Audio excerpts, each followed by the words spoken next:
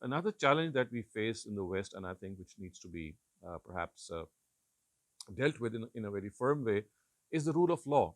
You see, when you live in a Western country like in the US or in the UK or in Australia, in other countries, Muslims generally think that their own law is superior to the law of the land. And if there is a clash, they think that they are authorized to break the law. And it is here that I think that we need to once again revisit our attitude. You see, when you are citizens of a state, when you either you're born there, I mean, you're naturalized citizens, or of course you acquire citizenship of a non-Muslim country.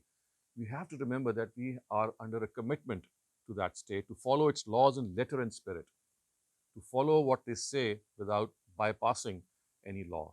So I can give you so many examples that I can give you examples in the US because I've been spending time there, that there are so many Muslims who, I mean, in the US, there is this law that you cannot marry your cousins. Similarly, there is a law in the US which says that you cannot keep more than one wife. So what Muslims do in the US, in most states, I think in 50 in the 50 states that the US has, almost 48 or 49 states have this law. So what they do is that they marry their cousins or they marry more than one wife, but they don't register that marriage with the state because they think that, of course, this is allowed by their religion, and if they start registering it with the state, they'll be kicked out because they'll be violating the law. And in this way, they try to balance both.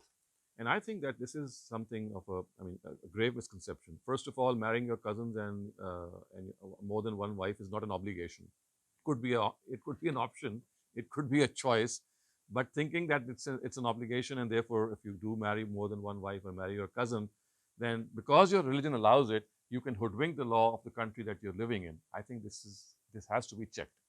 So we must always think that the country that we are living in, it is a country, it's like a motherland to us. Even if it's, I mean, we might not be born there, but it's like a motherland to us because it's nourishing our needs. We draw all the benefits of that country. But to violate the law of that country, and that law could be of any sort, especially I think a law which relates to our connection with the state in any way, because as citizens or as people who have got the citizenship of a non-Muslim country, we are under an oath to follow that. So my consideration here would be that if people are so pushed that they would not like to follow that law, then they should leave the country. I mean, this is a choice that you always have. And either you don't become part of that country about which you already know that there could be laws which are against your faith, if there are ever such laws. But as I said, if you choose to be in that country, then this is a baggage that comes with it. So choose wisely. But once you have chosen, hoodwinking the law or bypassing the law it's not the right thing. And so I would say that you have to be people who should have this courage to present a difference of opinion. Yes, if laws are of the nature of a persecution, they can always say that, well, this is what I feel. For example, in France, there is this hijab ban.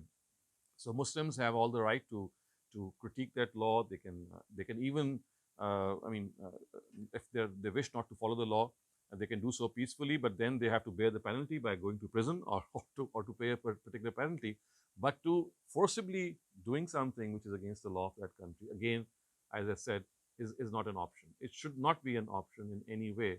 And if we do it, then we should have to realize that we would be bypassing the law.